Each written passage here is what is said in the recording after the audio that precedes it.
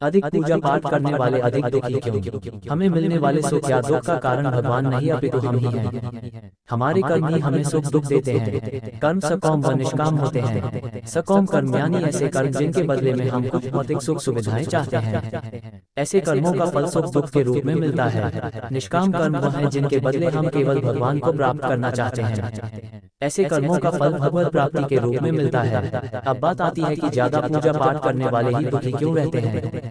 इसका सीधा सा उत्तर यह है कि ज्यादा पूजा पाठ करने वाला भक्ति के स्वरूप को नहीं समझने के कारण पूजा पाठ तो करता है, लेकिन वह अनजाने में सकौम पूजा ही करता है जिसका फल उसे सुख दुख के रूप में ही मिलता है। ज्यादा पूजा पाठ करने वाला बेशक ज्यादा पूजा पाठ या भक्ति करता हुआ नजर आता है, लेकिन वह कर्मकांड को ठीक से नहीं करना जानता है। ऐसे में गलती पर गलती करता जाता है। बेशक वह कहता है कि वह कुआं खोदने की बात करता है, लेकिन असल में वह खाई ही खोद रहा होता है। वह ये तो कहता है कि वह बहुत सारी दुनिया भर की पूजा पाठ या मेहनत कर रहा है, लेकिन असल में तो वह अपनी मेहनत बेकार ही कर रहा होता है। बेशक ऐसा करने में उसका सारा परिश्रम निष्फल चला जाता है। तो एक बात तो ये हुई कि सकौम कर्मों का फल सुख या दुख के रूप में मिलता है। हो सकता है कि उसके पूर्व कर्मों की वजह से उसकी जिंदगी में दुख बहुत लिखे हों और पूजा पाठ से बेशक कम हुए हों, लेकिन फिर भी आप यही सोच रहे हो कि भगवान हमें इतनी पूजा पाठ के बाद भी दुखी दे रहे हैं। और दूसरी बात यह है कि आप गलत तरीके से या बिना विधि विधान के जाने ही पूजा पाठ कर रहे हैं। आप बेशक अत्यधिक पूजा पाठ कर रहे हो, लेकिन उनका प्रभाव उल्टा या निष्फल हो रहा हो। लगता है यहाँ तक आपको सब समझ आ गया होगा। अब एक पहलू और है पूजा पाठ करने वाले को ज्यादा दुख मिलने के पीछे, और ये लागू होता है केवल उस पर जो सही मायने में भक्त है। ये पहलू ही विशेष है, इसलिए इसके लिए आप एक बार फिर से यह जान लीजिए कि भक्ति क्या है और भक्त कौन है। तारांकन, संध्या वंदन, योग, ध्यान, तंत्र, ज्ञान, कर्म के जैसे ही भक्ति भी मुक्ति का एक मार्ग है। भक्ति भी कई प्रकार की होती है। इसमें श्रवण, भजन, कीर्तन, नाम जप, स्मरण, मंत्र जप, पाद सेवन, अर्चन, वंदन, दास्य, सख्य, पूजा, आरती, प्रार्थना, सत्संग आदि शामिल हैं। इसे नवधा भक्ति कहते हैं। अब आपको बताता हूँ भगवद गीता में उल्लेखित 4 तरह के भक्तों के बारे में। पहले नवधा भक्ति क्या है ये पढ़ते हैं और इसे शॉर्टकट में समझते हैं। श्रवण, कीर्तन, विष्णु स्मरण, पाद सेवन, तारांकन, अर्चन, वंदन, दास्यम, सख्यमात्म निवेदन, तारांकन, तारांकन 1, श्रवण, तारांकन, तारांकन 2, कीर्तन, तारांकन, तारांकन 3, स्मरण, तारांकन, तारांकन 4, पाद सेवन, तारांकन, तारांकन 5, अर्चन, तारांकन, तारांकन 6, वंदन, तारांकन, तारांकन 7, दास्य, तारांकन, तारांकन 8, सख्य, तारांकन और तारांकन 9, आत्मनिवेदन, तारांकन। अब बात करते हैं 4 प्रकार के भक्तों के बारे में। गीता में भगवान श्री कृष्ण कहते हैं चतुर्विधा भजन्ते मां जना सुकृतिनो अर्जुन। तारांकन, आर्तो जिज्ञासुरर्थार्थी ज्ञानी च भक्तर्षभ। तारांकन 7, 16 अर्थात तारांकन, हे अर्जुन, आर्त, जिज्ञासु, अर्थार्थी और ज्ञानी तारांकन, ये 4 प्रकार के भक्त मेरा भजन किया करते हैं। इनमें से सबसे निम्न श्रेणी का भक्त अर्थार्थी है, उससे श्रेष्ठ आर्त, आर्त से श्रेष्ठ जिज्ञासु और जिज्ञासु से भी श्रेष्ठ ज्ञानी है।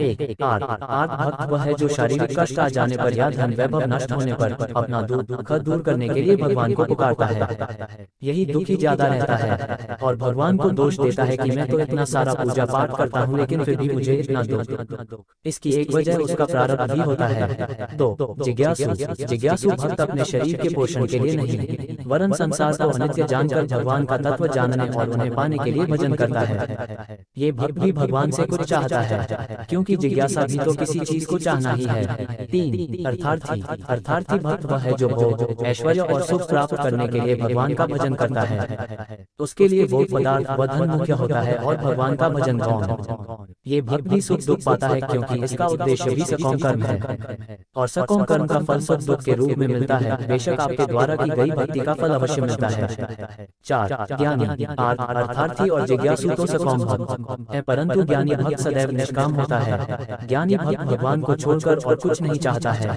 इसलिए भगवान ने ज्ञानी को अपनी आत्मा कहा है। और एक बात अच्छे से ध्यान रखिए, यही भक्त ही केवल शुद्ध भक्त की श्रेणी में आता है। ज्ञानी भक्त के योगक्षेम का वहन भगवान स्वयं करते हैं। इनमें से कौन सा भक्त है संसार में सर्वश्रेष्ठ? तेषां ज्ञानी नित्ययुक्ते भक्तिर्विशिष्यते प्रियो हि ज्ञानिनोत्यर्थमः सचमं प्रियः। तारांकन 17 अर्थात इनमें से जो परम ज्ञानी है और शुद्ध भक्ति में लगा रहता है वह सर्वश्रेष्ठ है, क्योंकि मैं उसे अत्यंत प्रिय हूँ और वह मुझे प्रिय है। इन 4 वर्गों में से जो भक्त ज्ञानी है और साथ ही भक्ति में लगा रहता है वह सर्वश्रेष्ठ है, और ऐसे भक्त के लिए ही भगवान ने कहा है कि अनन्याश्चिन्तयन्तो मां ये जनाः पर्युपासते तारांकन तेषां नित्याभियुक्तानां योगक्षेम वहाम्यहम् तारांकन। अर्थात भगवान श्री कृष्ण अर्जुन से कहते हैं, यहाँ अर्जुन का मतलब आप सब ही हैं जो जीवन के संग्राम के मध्य फंसे हुए हैं। तारांकन है अर्जुन, अनन्य भाव से मेरा चिंतन करते हुए जो भक्तजन मेरी उपासना करते हैं उन नित्ययुक्त पुरुषों का योगक्षेम मैं वहन करता हूँ। तारांकन आदि गुरु श्री शंकराचार्य जी का मत है कि अप्राप्त वस्तु को प्राप्त करना योग और प्राप्त वस्तु का रक्षण करना। वीडियो देखने से पहले जो अपने माता पिता से प्यार करते हैं वो इस वीडियो को लाइक सब्सक्राइब करें। 4 प्रकार के भक्तों के बारे में गीता में भगवान श्री कृष्ण कहते हैं, चतुर्विधा भजन्ते मां जना सुकृतिम अर्जुन।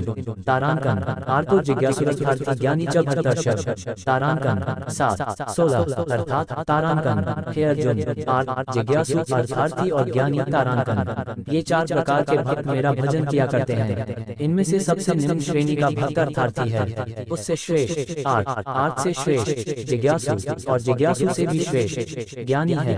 एक आर्त भक्त वह है जो शारीरिक कष्ट आ जाने पर या धन वैभव नष्ट होने पर अपना दुख दूर करने के लिए भगवान को पुकारता है। यही दुखी ज्यादा रहता है और भगवान को दोष देता है कि मैं तो इतना सारा पूजा पाठ करता हूँ लेकिन फिर भी मुझे इतना दुख। इसकी एक वजह उसका प्रारब्ध भी होता है। 2 जिज्ञासु भक्त अपने शरीर के पोषण के लिए नहीं वरन संसार को अनित्य जानकर भगवान का तत्व जानने और उन्हें पाने के लिए भजन करता है। ये भक्त भी भगवान से कुछ चाहता है, क्योंकि जिज्ञासा भी तो किसी चीज को चाहना ही है। 3 अर्थार्थी भक्त वह है जो भोग ऐश्वर्य और सुख प्राप्त करने के लिए भगवान का भजन करता है। उसके लिए भोग पदार्थ व धन मुख्य होता है और भगवान का भजन गौण। ये भक्त भी सुख दुख पाता है, क्योंकि इसका उद्देश्य भी सकाम कर्म है और सकाम कर्म का फल सुख दुख के रूप में मिलता है। बेशक आपके द्वारा की गई भक्ति का फल अवश्य मिलता है। 4 ज्ञानी अर्थार्थी और जिज्ञासु तो सकाम भक्त है, परंतु ज्ञानी भक्त सदैव निष्काम होता है।